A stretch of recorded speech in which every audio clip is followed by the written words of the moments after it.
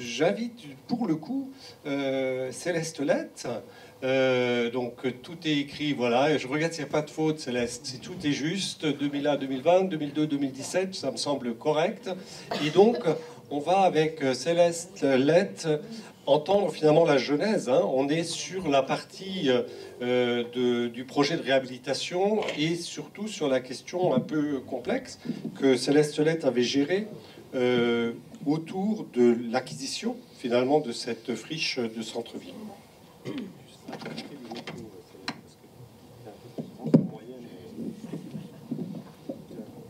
Tu crois?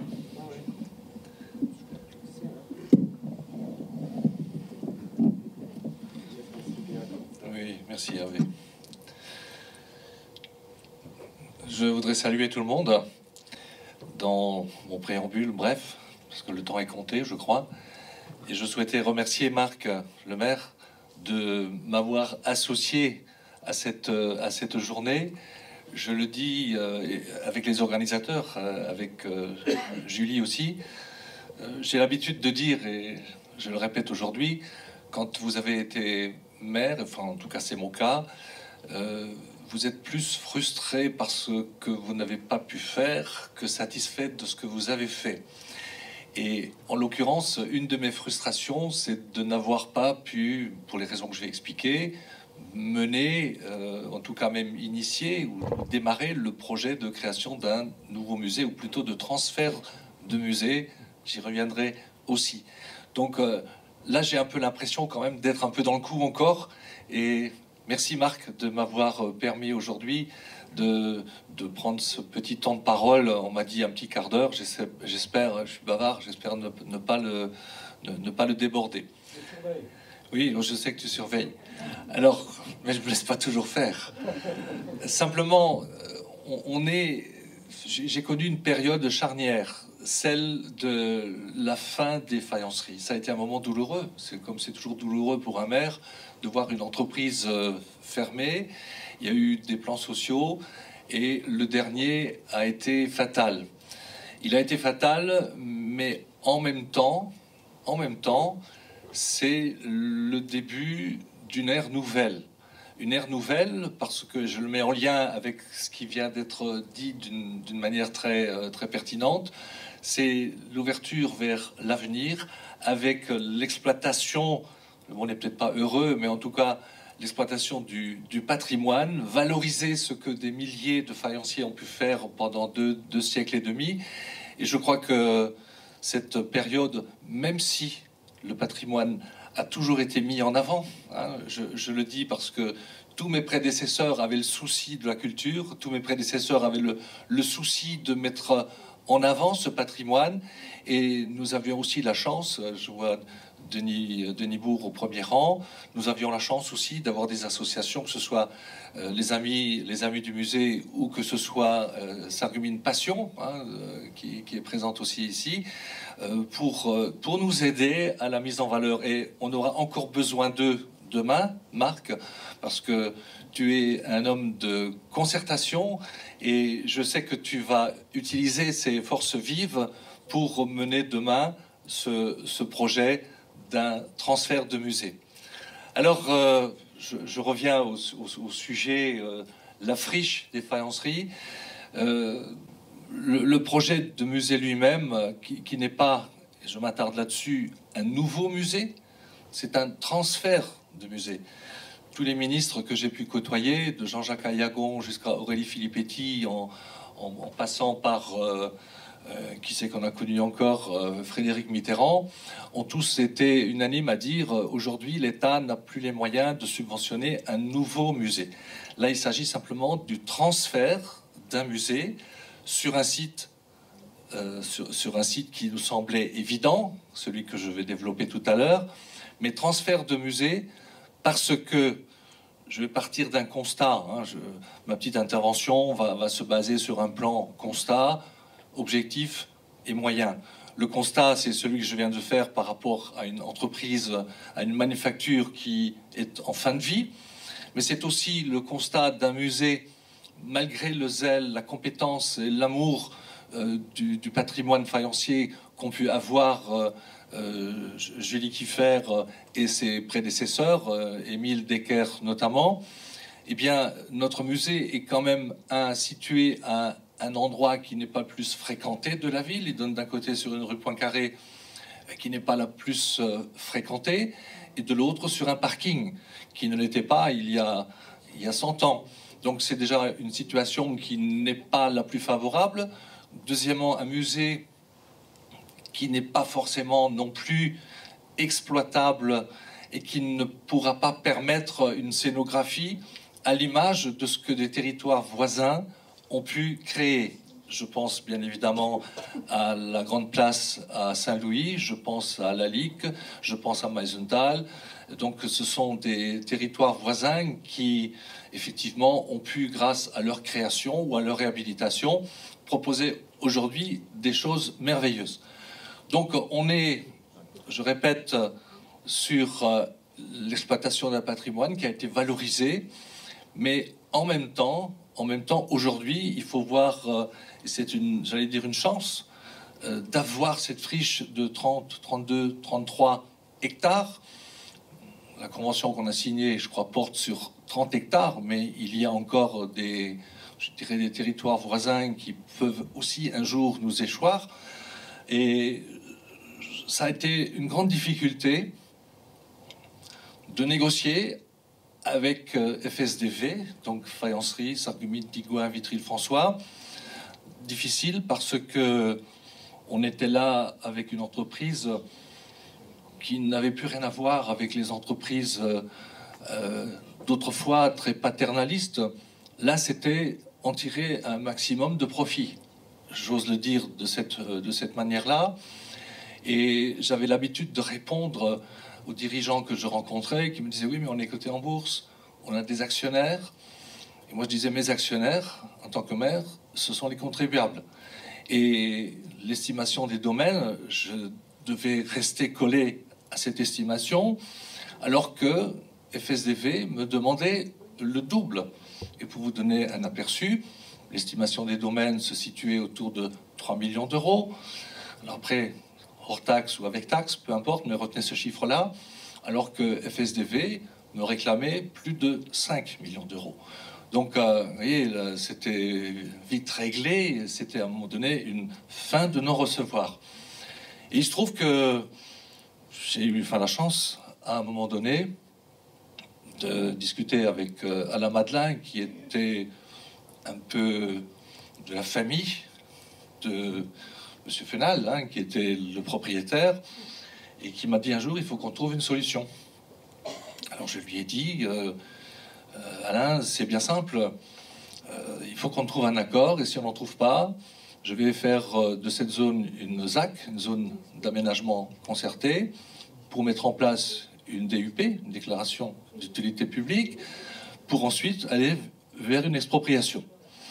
Et Alain Madelin de me répondre, j'étais maire avant toi, je comprends ton raisonnement, c'est ce que je ferai aussi, mais on va trouver une solution. Ça a mis du temps.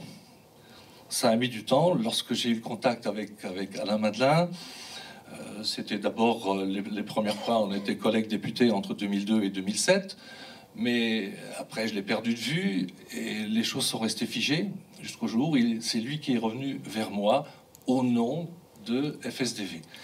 Et donc on a finalisé, c'était tout à la fin de mon dernier mandat. Marc, tu t'en souviens? Alors on a trouvé aussi pas une autre astuce, mais on est passé par l'EPFL, hein, l'établissement public foncier lorrain, qui avait été créé par Gérard Longuet il y a une trentaine d'années, et qui permet aux collectivités de devenir par procuration propriétaires d'un bien, notamment les friches industrielles ou les friches commerciales. Donc le PFL a acheté, c'est elle qui a signé avec la ville la convention avec FSDV pour effectivement devenir propriétaire. Et ça a permis à la ville de ne pas débourser l'intégralité de ces 3 millions, c'était 3,2 millions d'euros. Marc, je parle un peu sous ton contrôle là, parce que pour moi j'ai un peu tiré le disque dur. j'ai repris un peu des notes de mes archives avant de venir ici, mais en tout cas, ça a permis à la ville de ne pas avoir à débourser l'intégralité de la somme. Et dans l'avenir, au fur et à mesure que la ville exploitera ces terrains, que ce soit pour le musée, que ce soit pour l'habitat, que ce soit pour la réhabilitation de la forêt ou d'autres projets que tu auras avec ton équipe, eh bien, on rachètera à l'EPFL tranche par tranche sur une durée qui est longue et qui permet à la ville de lisser la dépense sur plusieurs années. Je crois sur 16 ans, me semble-t-il. Hein, j'ai plus en tête la durée maximale, mais sur 16 ans, Marc, il y a de quoi faire. Donc, nous sommes dans cette situation de préparer l'avenir, et maintenant, voilà, nous y sommes arrivés. Alors, j'ai parlé de constat, c'est ce constat que je viens de présenter. Il y a l'objectif. L'objectif, eh bien, c'est, vous avez compris, c'est de réhabiliter cette friche et de mettre en valeur d'une manière plus forte, plus dense encore, le patrimoine sarruminois, le patrimoine faïencier. Alors, j'ai évoqué tout à l'heure les territoires voisins. J'ai eu la chance d'être souvent invité en tant que parlementaire à des inaugurations, que ce soit, je crois que c'était la Grande Place à Saint-Louis, il me semble. Hein, il me semble que c'était en 2007. Il y a eu la Ligue, il y a Avignon, il y a en ce moment Meisenthal, qui s'est, monsieur l'ancien sous-préfet, qui s'est fait aussi sur une certaine durée. Il y a des projets pour lesquels aujourd'hui on a des modèles. J'ai l'occasion de visiter, alors c'est encore un autre domaine, mais c'est la manufacture de Sèvres, qui elle est une manufacture nationale, hein, puisqu'elle est subventionnée par l'État. Mais tout ça, ça a aiguisé ma passion, mon goût, mon intérêt pour la sauvegarde du patrimoine de Sarreguemines. Et je pense que, je prends l'exemple de Saint-Louis, avec la chance qu'à Saint-Louis, ils ont un beau mécénat. Enfin, c'est une entreprise, enfin un mécénat. L'entreprise appartient à Hermès. Vous avez Lalique aussi, un industriel qui avait la passion et qui a mis beaucoup d'argent. Je vois aussi les élus du Pays de Beach qui ont investi beaucoup sur Meisenthal. Je suis quelquefois jaloux, mais dans le bon sens du terme, parce que c'est merveilleux ce qu'ils ont pu réaliser dans ce secteur. Et quand je vois, j'ai visité à l'une autre occasion une autre entreprise, mais qui n'est pas dans la même situation, c'est Baccarat. Je ne sais pas si vous avez déjà été à Baccarat. Quand vous êtes à Baccarat, vous avez l'impression d'être avec Zola chez Germinal. C'est vieillot parce que là-bas aussi, c'est des fonds de pension qui ont racheté et qui n'ont pas investi comme Hermès l'a fait à Saint-Louis, ou comme l'autre investisseur, j'ai oublié son nom maintenant, à Avignon, pour la Ligue.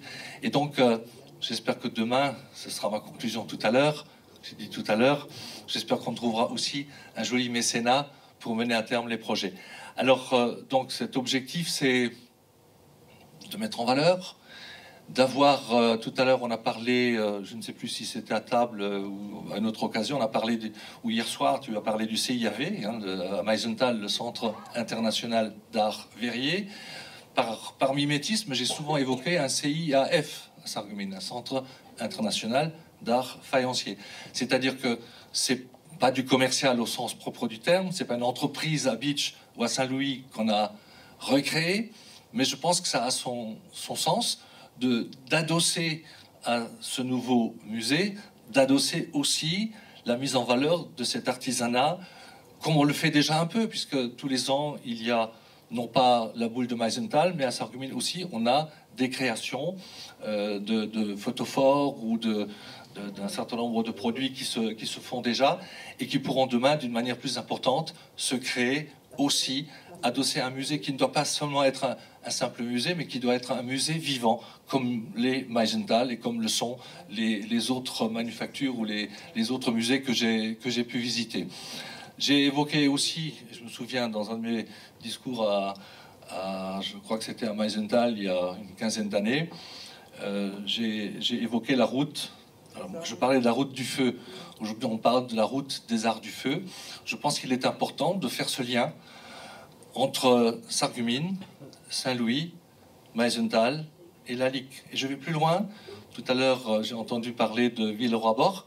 Eh bien, Mettelach, c'est Villeroy-Bord. On pourrait effectivement, cette route des arts du feu, faire en sorte que le maillon manquant de Sarreguemines, eh bien, vienne faire la chaîne définitive. Je raconte à ce sujet l'anecdote suivante. Hervé, il me semble que c'est toi qui étais venu lors d'une exposition au Jardin des Faïenciers, venu m'appeler en me disant il y a 3 couples d'enseignants retraités, il y a quelques années, qui sont venus de Blois et qui se sont non pas perdus, mais attardés à Sarreguemines. Donc tu me les as présentés et j'ai posé la question, mais qu'est-ce qui vous amène aujourd'hui à Sarreguemines?